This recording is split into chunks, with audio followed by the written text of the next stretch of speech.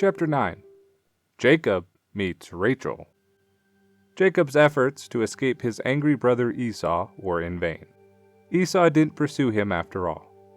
Instead, he tried to please his parents, after leaving his first two wives by marrying a third who wasn't a Canaanite. Unfortunately, she was from Ishmael's family. That still wasn't very pleasing to Isaac and Rebekah. Genesis chapter 28, verses 6 through 9. Jacob stops at Bethel. After Jacob had left for Haran, one of his first stops was on a lonely, rock-covered mountain slope. There he slept on the ground with his head resting against one of the stones. He was very weary because of the long walk during the day, but instead of sleeping deeply, he had a strange dream. He dreamed of a huge stairway leading from the earth to very high into the sky. Many angels moved up and down the stairway, at the top of which stood a powerful-looking being. "I am the God of Abraham and Isaac," came the voice from the figure at the top of the stairway. "I will go with you on your trip, and I will protect you. The land on which you lie will become yours, and those who come after you will own it. They will spread out over the earth, and through them all nations will receive a blessing. I will bring you safely back to this land again. I will keep all the promises I am making to you now." Genesis chapter 28, verses 13 through 15. When Jacob awakened from the dream, he was filled with a strange fear. He realized that God had spoken to him for the first time. The unusual experience left him feeling weak and trembling. He felt that this was such an important event in his life that he should mark the spot where the dream occurred. He anointed the stone against which he had rested and set it up like a pillar as a special landmark. He was so thankful for God's promises to protect and provide for him that he promised to give God a tenth of all that had came to him. Genesis chapter 28, verses 18 through 22.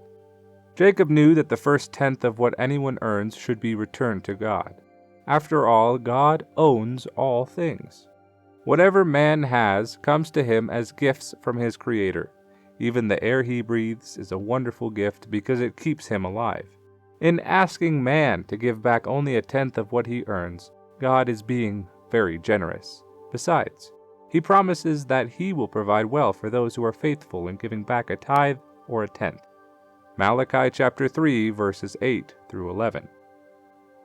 Jacob falls in love. With the pleasant knowledge that from there on God would protect him, Jacob proceeded eastward.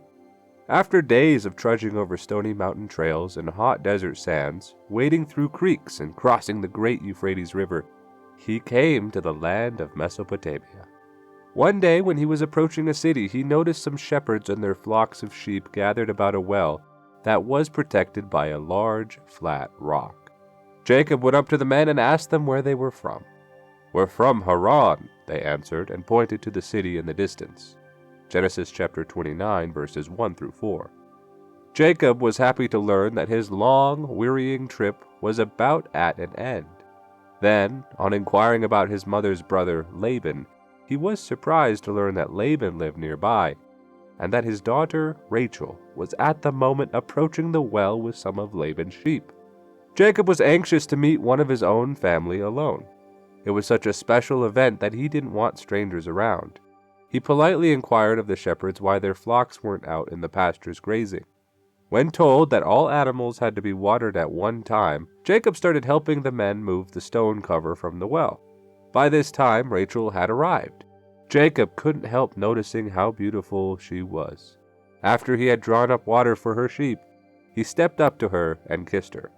"I am Jacob, your cousin," he informed the startled young woman. "My mother is Rebekah, your aunt." Rachel was so surprised and pleased that she took her sheep and hurried to tell her father about Jacob. This gave Jacob a chance to shed some tears of thankfulness and joy because of God leading him to his purpose. When Rachel's father heard about Jacob, he hurried out to meet him and welcomed him to Laban's home. Jacob visited with his uncle's family for a month, and during that time he did his part in the work that had to be done around Laban's home and in the fields. The more he saw of Rachel, the more he cared for her. She had an older sister, Leah, who was closer to Jacob's age, but Jacob was interested only in Rachel. Laban could see that Jacob could be a profitable addition to the family. He couldn't expect Jacob to keep on working, however, for only food and lodging. "If you wish to keep on working here, I would like to pay you fair wages," Laban told Jacob. "Tell me what you think would be a fair pay. I shall work for the next 7 years for you if you will then give me Rachel for my wife," was Jacob's surprising answer. Laban was of course pleased. 7 whole years of service from a good worker was like an offer of much money. Laban agreed, but only after purposely hesitating. He didn't want it obvious that he was elated at this bargain. Jacob marries someone else. 7 years can be a long time. For Jacob, who was happy in seeing Rachel every day, the months went by quickly. When at last it was time for the marriage, Laban gave a feast that lasted a whole week. It was a time of great celebration by many people in the area. At the time of the ceremony, Jacob's bride wore a long, heavy veil that hid her almost from view. Jacob was very happy. He felt that it was well worth 7 years of labor to finally have Rachel for his wife. Later, when the veil was removed so that he could look on the woman he had married, his happiness suddenly left him. His bride wasn't Rachel, she was Leah. Genesis chapter 29, verses 20 through 25. Filled with anger, Jacob went at once to Laban. "Why have you treated me this way?" he demanded. "You know I didn't ask to marry Leah, I asked for Rachel." "I'm sorry, my nephew," Laban explained, "but in this land it is a custom that the older daughter must marry first. I can't change the custom. I had to give you Leah." If Laban had been fair, he would have told Jacob about the custom. What he really wanted was to get Leah married, and he chose a dishonest way to do it. Jacob was disappointed and bitter. This trick by his uncle reminded him of the way he had tricked his brother and his father in order to obtain the birthright and a special blessing. Perhaps he then realized that it was just that he should be the victim of a dishonest act. Later he was surprised at what Laban had to say. "If you feel that only Rachel should be your wife, I will give her to you, but you will do 2 things. Laban told Jacob. "But Leah is my wife," Jacob said. "What 2 things should change that?" "If you will be a good husband to Leah for the rest of the marriage feast this week, then I shall see that you will be married to Rachel at the end of the week," Laban replied. "I'm willing to be a good husband to whomever is my wife," Jacob said. "That is the answer to one thing you ask. What is the other thing?" "You must work for me 7 years more for Rachel," Laban replied. Jacob was stunned by Laban's words. For a while he said nothing, leaving Laban to wonder if he had asked too much of Jacob. "I agree to those terms," Jacob finally replied. "Rachel is worth more to me than 14 years of work." Perhaps the reminder of the 7 days of feasting seemed almost as long to Jacob as they were the first 7 years of service to his uncle. At the end of the week, he and Rachel were married. Thus he had 2 wives, which was a common thing in those times. Rachel was the one he loved, however. Jacob carried out his promise to work 7 more years for Laban, whose scheme to marry off both his daughters later brought grief to this deceitful man. 6 more years of work. By the time his 14 years of labor for Laban were finished, Jacob had little more than a large family and tents to live in. As it happened, only 1 son of his 11 boys was born through Rachel. Meanwhile, because of Jacob's careful planning and willingness to work hard, Laban became wealthy in sheep and cattle. Jacob couldn't see a very profitable future for himself in keeping this up. He told Laban that he wished to take his family and go back to Canaan to visit his elderly father. This worried Laban, who didn't want to lose such a valuable man. "If you will continue working for me," Laban told Jacob, "I shall pay you any wage you ask." "I don't want wages," Jacob said. "I'll look after your animals for a while longer if you will give me those with spots or ring marks on their hides." Jacob was surprised that Laban agreed at once on this arrangement. Genesis chapter 30, verses 25 through 32. Next day he found out why. Laban had his workmen and sons quickly remove and take away most of the animals Jacob had asked for. Jacob had counted on taking sizable flocks and herds with him back to Canaan. Now he would have to wait for more of those kinds of animals to be born. God had promised Jacob that he would look out for him. God kept his promise. During the next 6 years, Jacob continued to take care of Laban's animals. God miraculously increased the number of animals with spots or rings. So many of the cattle, sheep, and goats became Jacob's, having come mostly from the small number Laban had allowed him to have, that Jacob became a wealthy stockman in those last few years with Laban. By careful trading and buying, he also acquired many camels, burros, tents, and other expensive equipment. At the same time, Laban's animals weren't increasing as he wanted them to. It had long been plain to Jacob's uncle that he had become prosperous because a man who relied on God was managing his business. But now that Jacob was prospering, Laban wasn't pleased. He feared that Jacob would leave him at any time. Jacob leaves Laban secretly. As Laban became less friendly, Jacob's desire to leave grew. One day, God made it plain to Jacob that he should go back to Canaan. Genesis chapter 31, verse 13. Fearing that Laban might forcibly try to prevent his leaving, Jacob waited until a time when his father-in-law had gone several miles away to oversee the shearing of his sheep. Then Jacob had his workmen take down his tents and pack them and his belongings on his camels and burros. Jacob was careful not to take anything that belonged to Laban. With all his family, flocks, and herds, it was a big moving job. Cattle, sheep, and goats had to be herded. The caravan couldn't move very fast. Leah and Rachel were glad of their chance to leave. They felt that their father hadn't been fair to them or Jacob. Laban didn't find out what had happened until the caravan had been gone for 3 days. Of course, he was very angry. His anger was even greater when he found that some small idols he prized highly, and which Rachel had stolen, were missing. He was certain that Jacob had taken them. "Saddle my fastest camel for a trip to the west," Laban roared at his foreman. "I will overtake Jacob if we have to go all the way to Canaan."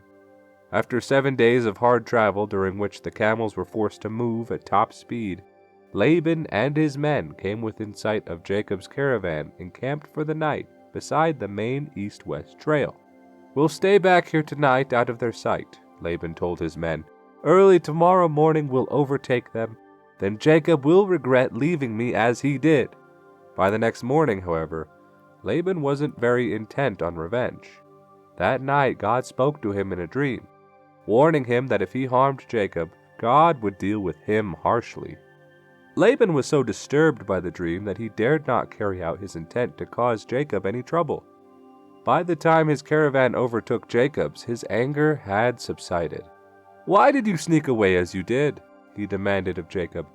"If you had told me, I would have prepared a great feast.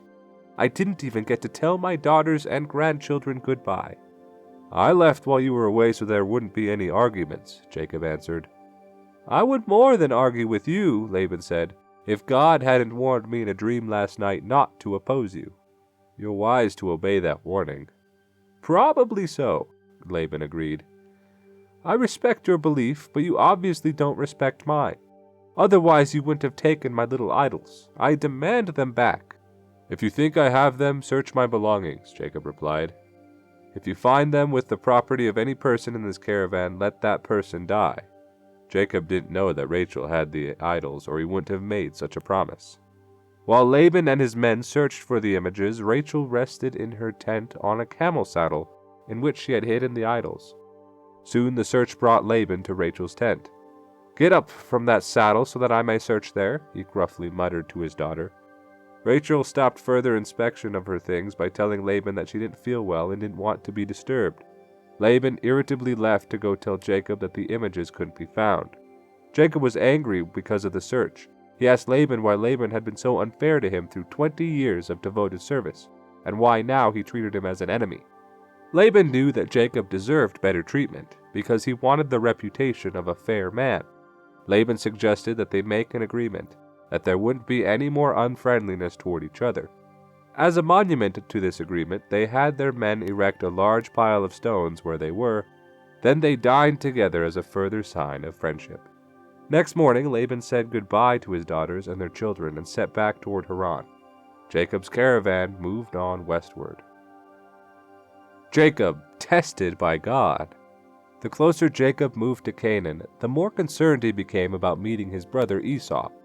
For a long time, Esau had lived in the rough, wild country of Seir, through which Jacob's caravan would almost travel on the way to Canaan. Jacob feared that there would be trouble if Esau heard he was coming that way. Jacob was certain that Esau hadn't forgotten how he had been tricked many years previously. Esau had threatened to kill Jacob, and it could be that he was still awaiting Jacob's return. In an attempt to find out how Esau felt about him, Jacob sent messengers ahead to try to contact his brother. They were instructed to tell him that Jacob was about to pass through the land with much wealth from Haran, and Jacob hoped they could meet as friends. Not long afterward, messengers returned to report that they had met Esau, and that he was not far behind them with 400 men. Genesis chapter 32, verses 3 through 6. The report shocked Jacob. He knew that all the people in his caravan couldn't stand against 400 men, led by a man who had promised to kill him. He gave orders for the caravan to divide into 2 groups, to separate. He reasoned that if one group suffered an attack by Esau's men, the other group might escape. Jacob then did the thing that would be more helpful to him than anything else he could do. He asked for God's protection. He admitted to God that he wasn't worthy of it, at the same time reminding God, although that wasn't necessary, that God had promised him protection. God wants us to look to him for him to help. But if there is anything we can do to help or protect ourselves, he expects us to do it instead of being lazy.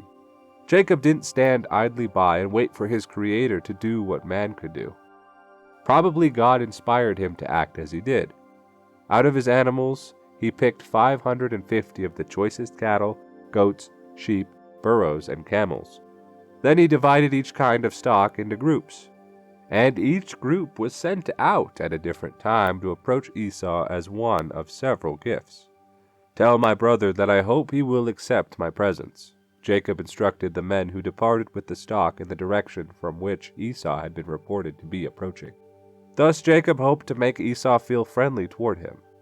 After the animals intended for Esau had gone on, Jacob moved the 2 sections of his caravan on ahead a short distance to camp for the night. He remained behind to be alone and pray. That night, a strange thing happened. Suddenly, somebody seized him and held him down as though trying to prevent him completing his trip to Canaan. Before long, Jacob and his attacker were engaged in a furious wrestling match. Soon Jacob realized that his opponent wasn't an ordinary man. Instead, he was an angel sent from God. Years later, the prophet Hosea was inspired to write that the angel with whom Jacob wrestled was actually the one who later became Jesus. Hosea chapter 12, verses 3 through 5. That was a trying night for Jacob. When he realized that he was dealing with more than a human being, he struggled to be able to get the blessing of this superior entity. Before dawn, Jacob was blessed and praised for determination greater than that of his brother Esau. Jacob was determined to strive with all his might to not lose God's blessings and eternal promises.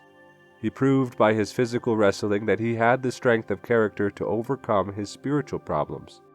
The wrestling match was a test of character. Before Jacob's wrestling partner left, he informed Jacob that his name should be changed from Jacob to Israel, which meant one who overcomes or proves to be a champion. God wouldn't give his blessing and a birthright to a man who had taken them from a weaker brother unfairly. Therefore he appeared as a man to give Jacob the chance to prove himself with the one who appeared as his equal. When dawn came, Jacob found that he was very sore in one hip, showing that God's blessings don't come without hardship and suffering. Later, when he joined his caravan, he was troubled to see a growing cloud of dust in the distance. There was no doubt that it was Esau and his 400 men swiftly riding toward Jacob's caravan.